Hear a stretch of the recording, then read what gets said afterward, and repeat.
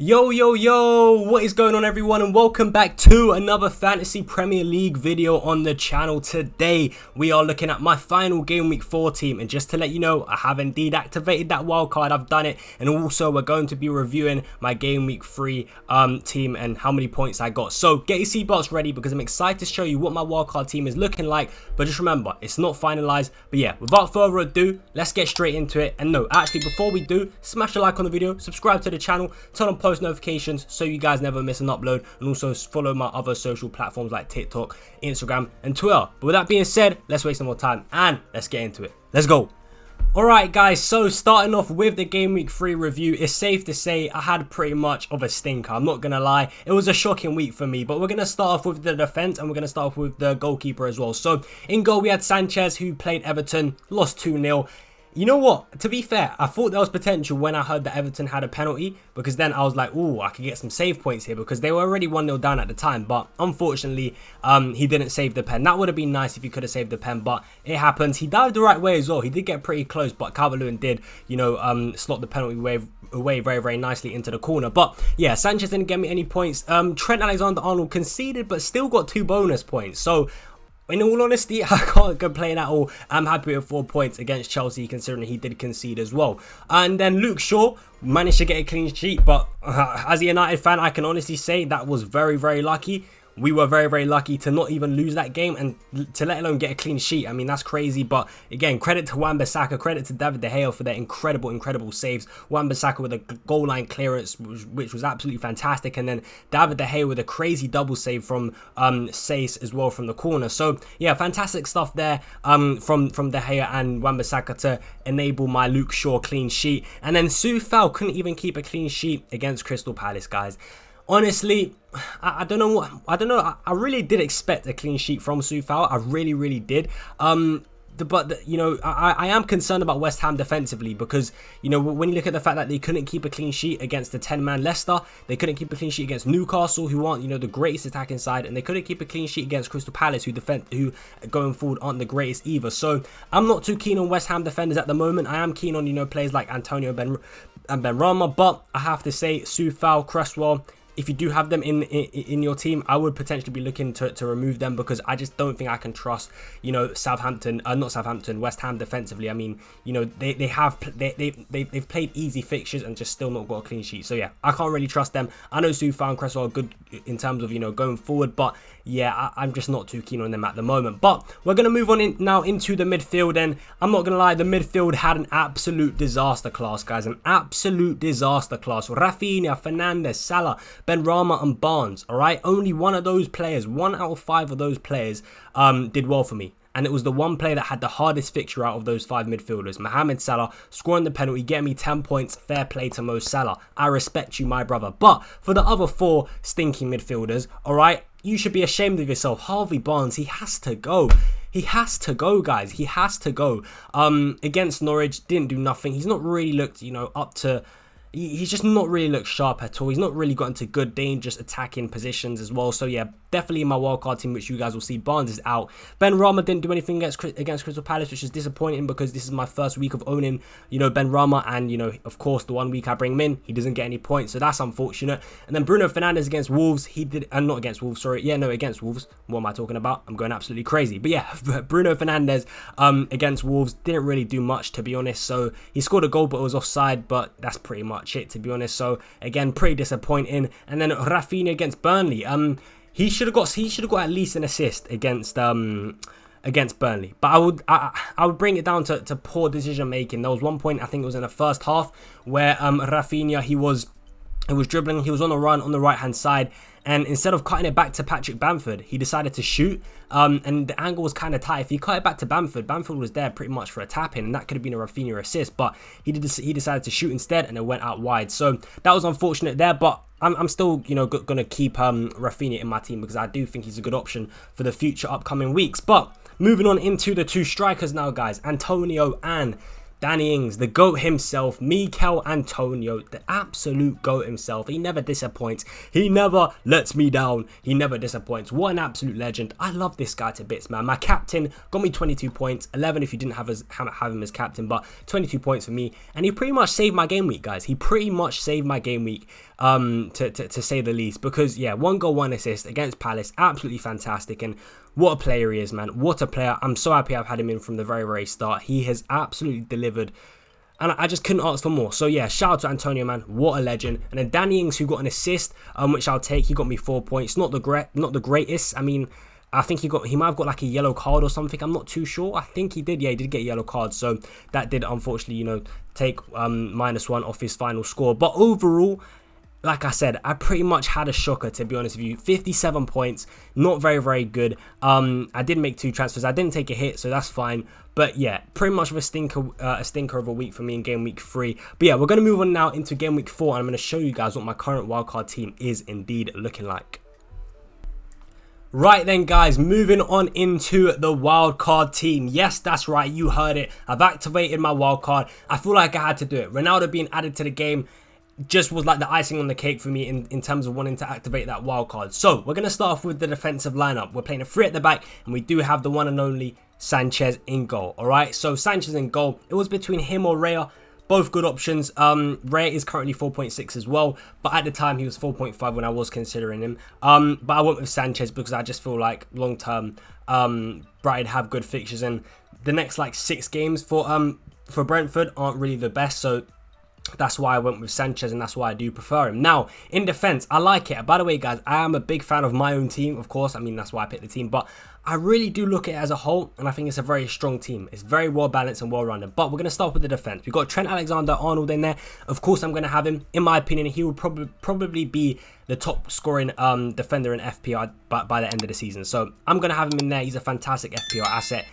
I don't think I'll ever take Trent out, to be honest with you. I don't think I will. But yeah, he's in the team. We've also got João Cancelo, and I think he's a great option as well, because not only are Man City one of the best defensive teams in the league, but João Cancelo is also pretty much a nailed-on starter, especially with Mendy being out of the equation now. He can play left back or right back, and he also gets good attacking returns. If you look at expected stats so far this season, Trent is in first place for expected goal involvements, but right behind him is actually Cancelo, and then after that it's Reece James. So I think Cancelo is a great option, and I think, him and Trent in defense together in the same team, man, that could bring me some good points. So I'm confident in Cancelo. I do like him as an option. And then for the third defender, currently I do have Christensen. That is what I've gone for at the moment, who I do like, but as more of a short-term option, I might take him out and put in Kieran Tierney instead, who does actually have Norwich and Burnley. So that's what I'm considering at the moment.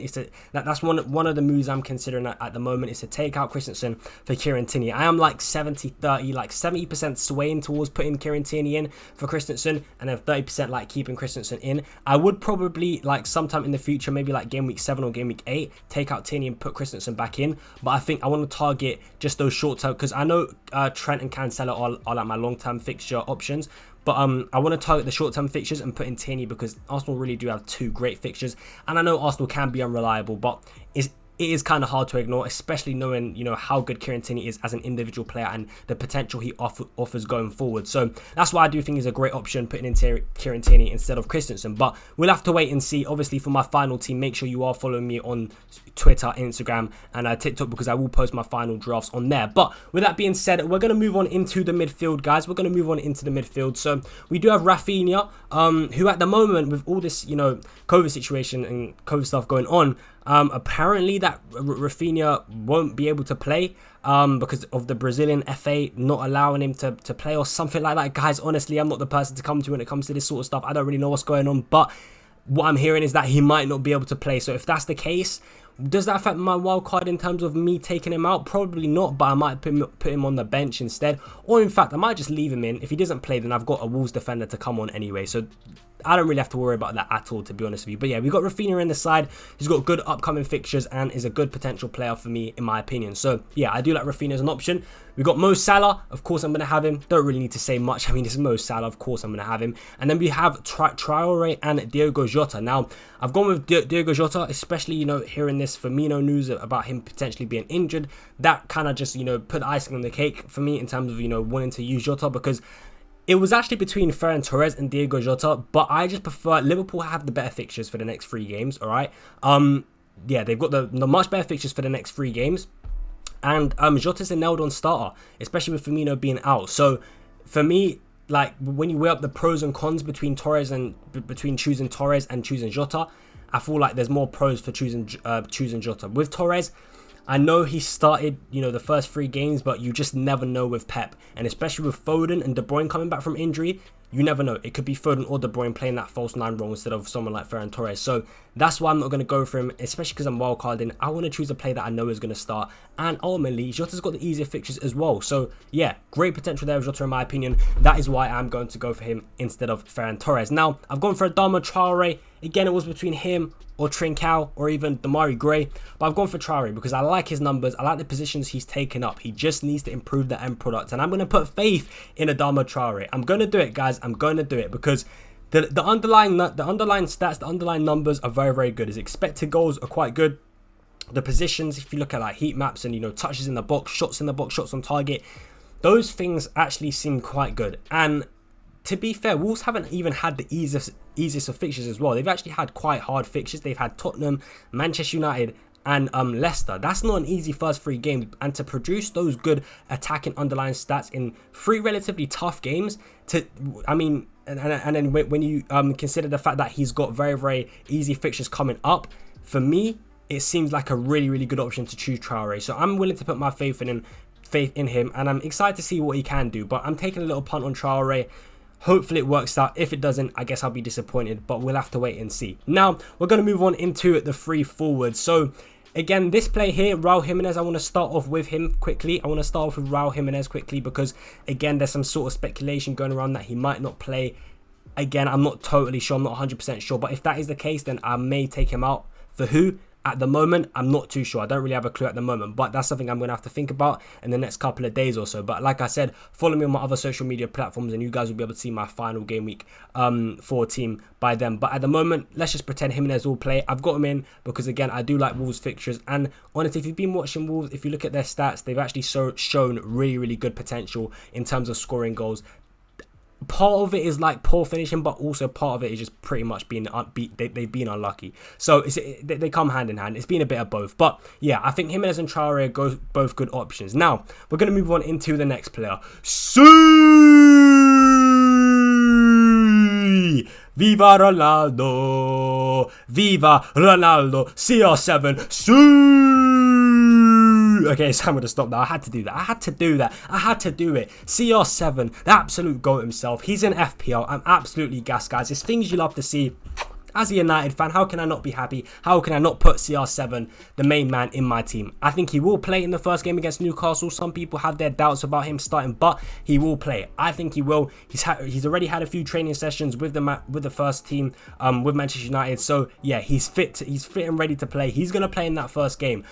He's gonna be my captain as well. I'm going to captain Ronaldo at home to Newcastle, and I wouldn't even be surprised if Ronaldo goes and scores a hat-trick in his first game because it's just Ronaldo type things. It's just what Ronaldo likes to do. So yeah, I'm very, very keen on Ronaldo, and I think he's going to be a fantastic option. I probably will keep him until maybe game week 8 or 9, and then take him up for Lukaku because Lukaku does have a really good fixture swing. I was thinking game week 7, but in game week 7, Ronaldo does play Everton at home, and then Lukaku has Southampton away. So when I compare the two, I'm like, yeah, I'd rather just keep Ronaldo, to be honest. But then there's a period, I think it's in like October, where we play out Liverpool, Man City, Chelsea, Tottenham, and all those teams. So when that fixture run occurs, that's when I'll take Ronaldo out for like Lukaku or Kane.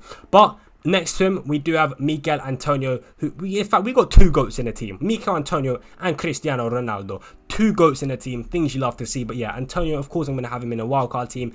The most informed player right now in the Premier League, the best player right now in the Premier League, to be honest with you. So yeah, of course I'm going to have him. West Ham still do have some decent fixtures. So yeah, I'm happy with Antonio. So that is my team, guys, at the moment. A 3-4-3. I like it. I think it's well balanced. I think it's well rounded. On the bench as well, I do have Marcel, the Wolves defender. I've got Livramento from Southampton, and I do have Musa Sissoko. So I like it, guys. I really, really do like my team. Me personally, I don't see what I can do to improve it, especially if I put, like, I don't really know what I can do to improve it, to be honest with you. I think it's good. I like it. I've got a really strong defense. I've got an attacking defense, but also from teams that defensively are very, very good. I've got Salah, I've got Rafinha, who's great fixtures, some Wolves players who are showing potential with great fixtures, Jota, Ronaldo, Antonio. So I like it a lot, guys. I've even got Marcel on the bench as well. So yeah, I do like the team, but more importantly, let me know down below in the comments, guys, what do you think of my current team? Do you like it? Do you not? I want to hear what you guys have to say. But yeah, I'm excited for the next game week. I've been dreading this international break. I absolutely hate the international break, but finally we're coming close to the time now where Game Week 4 will start. So yeah, I'm very, very happy. I'm very, very excited, and I cannot wait to see what happens. But guys, it's going to be a good one. I hope you guys did enjoy the video though. If you did, make sure you do smash a like on the video, subscribe to the channel if you are new, turn on post notifications, all that good stuff. Road to 1,000 subscribers is well and truly on. But I hope you guys did enjoy the video, guys. Make sure you follow all my social media platforms, follow my Twitter, my Instagram, and my TikTok. It will be much appreciated, guys. But yeah, hope you guys did enjoy. Check out my latest video if you haven't already, link down below in the description. And yeah, that's pretty much it from me. It's been your boy FPL Ryan, and I will catch you in the next video. Peace out.